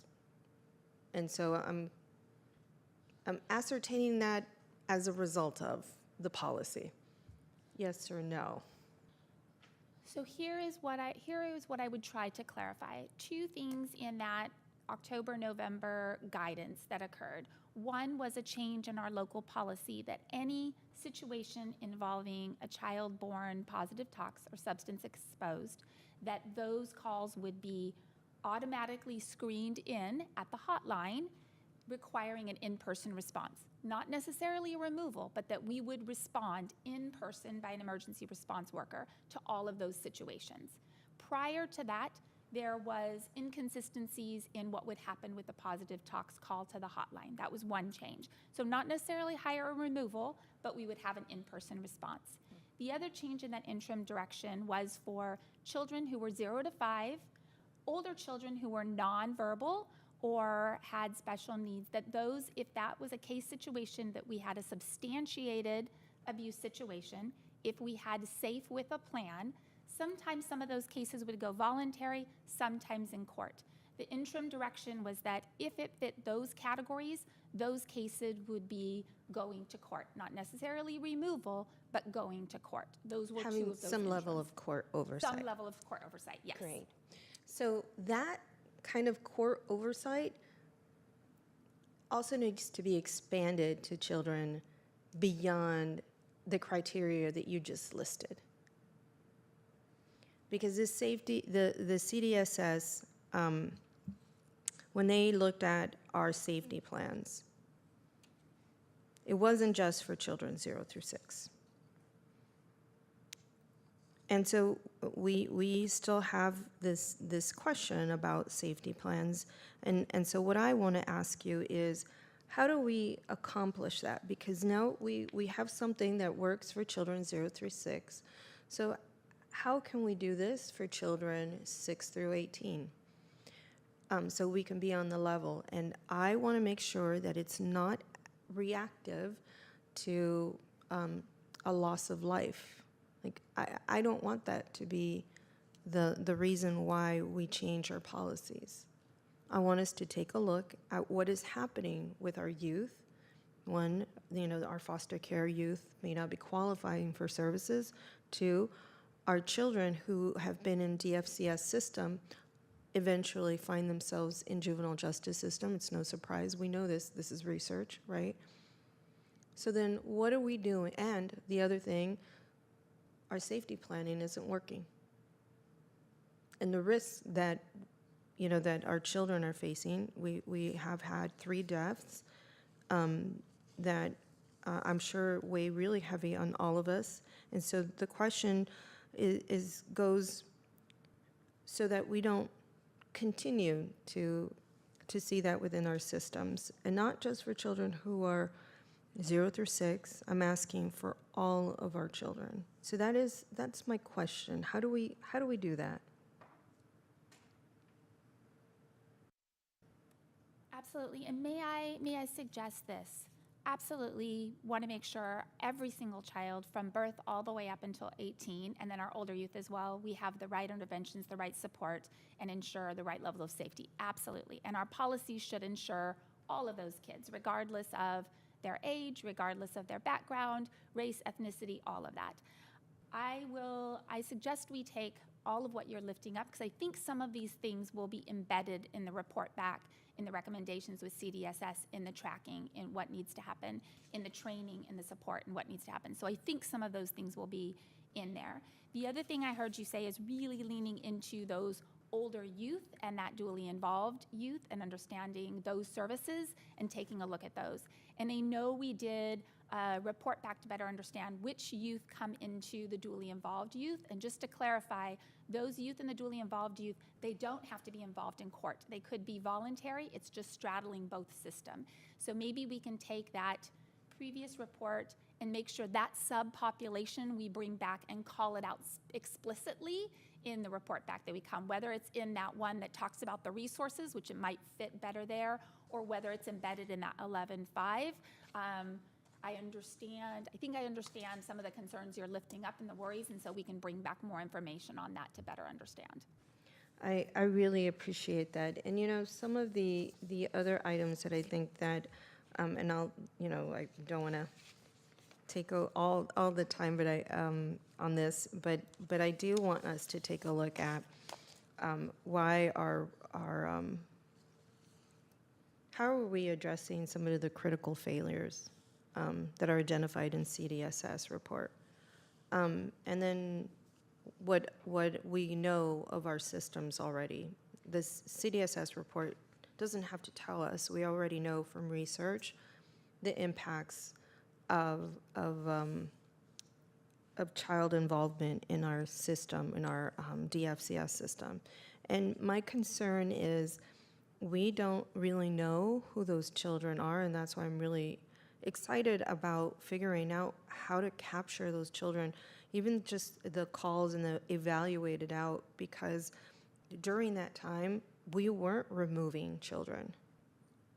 And so some of those children who maybe had an actual case with our system didn't. And we need to track who those children were. It's our level of responsibility. If we didn't do it back then because we weren't using the SDM the way that we're using it now, or because our safety plans weren't as effective as we thought they were, or for whatever reason, those decisions were being made because we were looking at it legally versus clinically, right? This is a question that we've corrected, that the system isn't no longer doing. But we still have a level of responsibility, those children that have been coming through to us, and a red flag has been raised, and we kind of lowered the red flag, changed the color of it, and moved on. And we're going to see those children come back into our system if we haven't already. Those are the children that I'm really concerned about, because I'm sure we will continue to see them in the future. as youth. So I think you already, Supervisor Chavez, you've already done a bit of this motion in terms of reflecting some of those numbers. And so I don't know what else we can ask for in terms of being able to evaluate past trends so that we can somehow correct them. And I think I'm looking at Greta because she is ready to answer this. Yeah, Supervisor, one thing I just wanted to say I'm hearing in some of your questions is sort of a prevention question, which is we're seeing youth later on in their young adulthood or late teenage years entering the juvenile justice system. We're seeing that a significant number of them were on the radar of DFCS because a call was made involving an allegation of child abuse and neglect. How can we make sure that today, when we're seeing who will be the kids who in the future may be involved in the juvenile justice system, we're doing the right thing to intervene today, to do everything we can to reduce the likelihood that that's the trajectory they're on? And so really understanding who's currently in our juvenile justice system, making sure we're serving them well, making sure that we're bringing a dependency-focused approach where some of the reasons that they're ending up in juvenile justice had to do with child abuse and neglect, but also really making sure that we're adapting our practices in safety planning and safety plan monitoring with court and otherwise to actually get on a track to prevention for those later bad outcomes. And what can we bring back to you to clarify how the department is thinking about those issues? And I think to lift up something that I hear, and some of Wendy's thoughts on this are, some of it goes to just, in general, how are we predicting risk and how are we doing a better job on that front-end core social work around risk identification and then appropriate intervention. And a lot of times that will be court oversight or removal with court oversight. And so I think some of what is going to be coming back is improving our practice on that risk prediction, improving the practice on safety planning, and then also how those safety plans are monitored such that if the plan isn't being carried out by the family, immediately there's a reevaluation of whether now we're at a point where removal needs to happen, even if they were leaving the child at home initially with court oversight, for example. Mm-hmm. And Sarah, go ahead. I just Oh, want I'm to flag sorry, through something the chair. else. Oh, is this? Yeah, no problem. I want to flag one other resource that I think we need to leverage in this space, and it actually speaks to Supervisor Chavez's comment around the cross-agency and the work of the Office of Children and Family Policy. Within the AB 2083 legislation, there's an interleadership team that has leaders from behavioral health, probation, education, DFCS, courts, et cetera.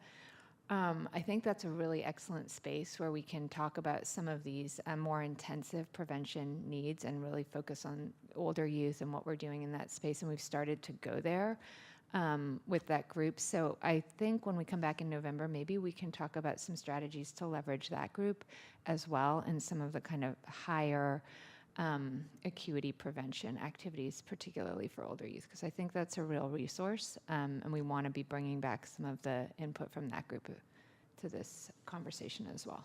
Thank you. And I don't mean just to, I mean every age range. I don't mean to just, the teens absolutely need it and we should focus on them, but, elementary school age children obviously need the same level of support or different levels of support. And so I'd like to add to the motion a work plan that addresses the CDSS report concerns around safety planning and the lack of court intervention. And I'm going to be really clear. I'm not asking for our children to get removed. I'm not asking for them to get placed into foster care. What I am asking is for us to do the work that we were meant to do. And I know what we're doing right now is we're correcting how we make these decisions so that they're really clinical, right? that they're in the hands of the social worker, that they're in the hands of the managers, that they're in the hands of the people that really know best how to support. And when you need some additional voices in the room, that you have my gosh, now I'm forgetting the name of it, the MDT type of consultation with folks, right? So that you can make those decisions, because I'm sure that they're very difficult. They're very difficult to have. Or the child and family team meetings, right? So any of the tools that you have available to them. But I think there is an opportunity for us to really to recognize that we weren't doing what we needed to be doing for our children. And I think it comes with a level of humility about the decisions that we were making in the past. And if that is recognized, then naturally we have to figure out, how do we repair some of what we've done, right? How do we make it right for those who've called into our center and we said, we evaluated it out, but that child is going to come back eventually if they haven't already. And so what I want to see is for us to recognize those trends and to figure out, what is it as a system that we are doing to, at the very least, recognize all of those children who've already come in. How are we going to help either have them prevent from coming into the juvenile justice system, or is there some level of intervention or something that we can provide for those that we didn't do enough for because of the decision-making mechanism that was incorporated into our systems, which is now corrected, right? Which is now what we're trying to correct. I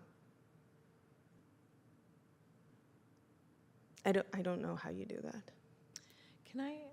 Can I weigh in and just say, I know we're getting close to the ending of the time for the meeting, but I think you've raised some really important questions, and I think and I want to just say back what we're asking from the staff, and then see if this addresses some of what you've raised.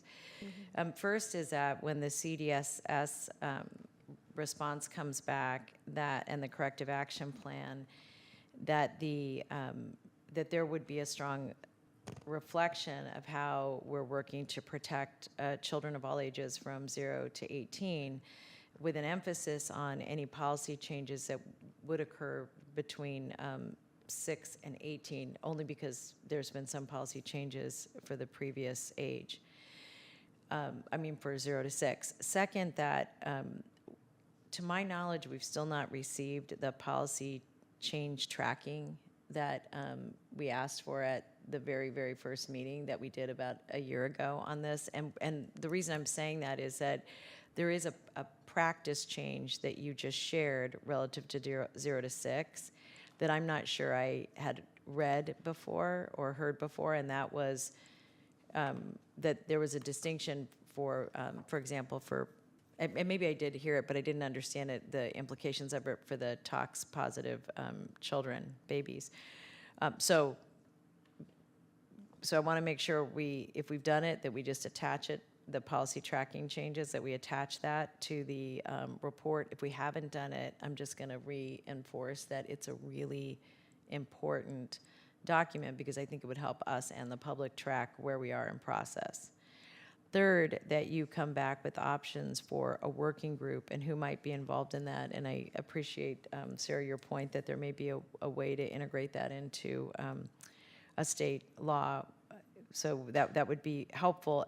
We would just want to make sure that the working group has the flexibility to address multiple issues and be able to raise those issues in the board, and community members to be able to offer ideas for improvement to that issue.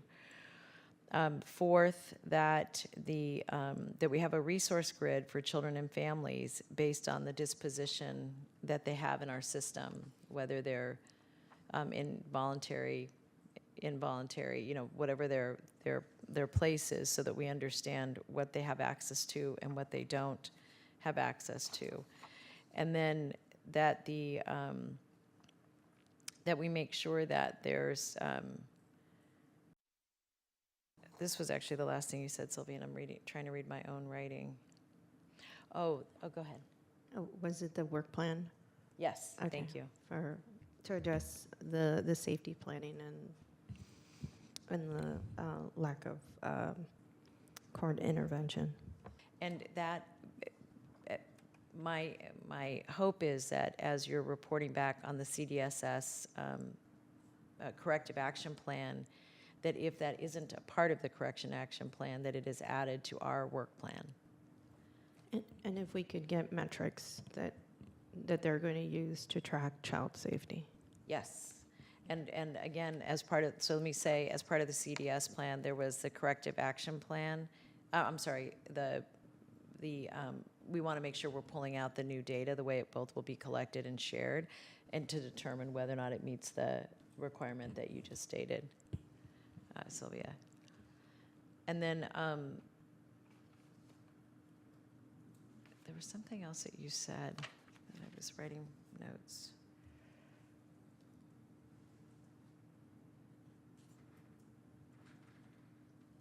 Was Did it you catch piece the part about to? Oh. Ooh, I was going to say, I don't know if you said this again, but Supervisor Arenas asked for us to bring back the information that's provided to families at various That was junctures. in the previous motion. Okay. Yeah, you're right. I separated those motions. Okay. But I think I wrote on my own notes here. Actually, it was. Oh, I know what it was. Go ahead. No, go ahead. Well, what I was going to say is that one of the speakers made this comment, and I thought your point about 6 to 18 really reinforced this, and that is, I think it would be important for us to be able to demonstrate, particularly for older children, but that how children's voices are being captured in these processes, I thought was a really critical point, and I'm sure, I don't think that's part of the CDSS plan, but as we're thinking about the working group or any other activities, that we are really engaging children and families. And I would also say with people with lived experience, because I feel like we keep making systems that are not reflective of the needs of the community because we're not asking them. And we're not understanding how they got success or when they didn't, and doing it in a way that is really client-centered. Actually, the last thing that I said was for us to review our past decisions and think about what kind, one, I wanted to get all of that data from when we began to have more a legal-minded decision-making process. And I don't know what the year, I mean, I would ask our SEIU folks if you could give me 5 years, 7 years, I don't know what that was, but when the decisions started to be made more of a legal basis rather than clinical, how far back do you think that was?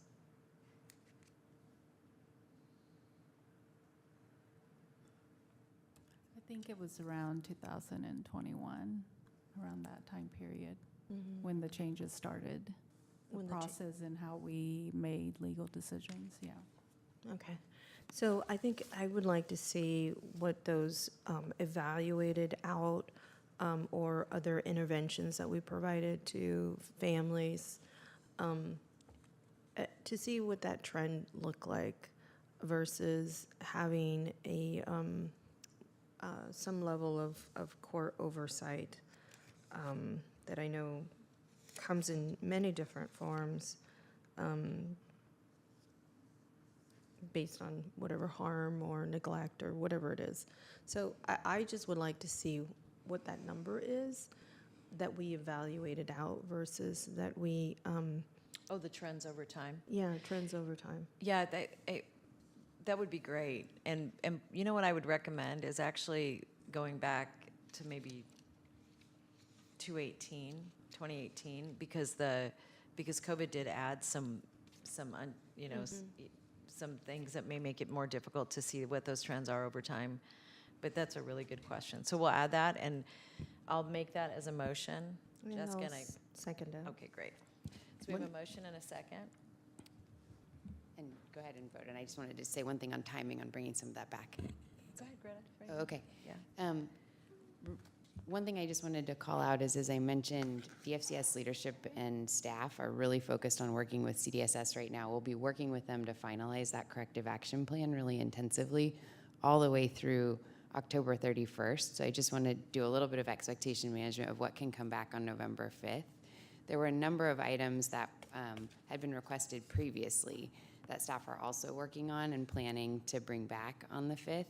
After this meeting, we'll make sure we do the best that we can to have what I hear are kind of right now priorities included in what comes back. But I just wanted to make clear that some of those things may have to trail the November 5th meeting, especially so staff can really work on getting right the best plan in collaboration with CDSS to respond to those things. And I think really thoughtfully, a lot of the requests align directly with that. And we can bring back that plan that's arrived at with CDSS, but there will be then probably some think- of these that follow. Yeah, that's super helpful. And what I would just say is when the report comes to the board, if you could just acknowledge what the outstanding issues are, because I think what happens for us is if we don't see it, we think you forgot about it, and then we get really, worked up. I'll just speak for myself on that one, but we do. That's right. So, all right, we have a motion and a second. Vice Chairperson Arenas? Yes. Chairperson Travis? Yes. Thank you. Thank you all very much. This was very informative. I know this was a long time to keep you all in the hot seat, and we really appreciated all of the feedback that we got, both from those who came to speak and those who joined us as panelists. And we'll look forward to November 5th, because it sounds like we're going to be getting a lot more information then. So thank you all very much. We are adjourned.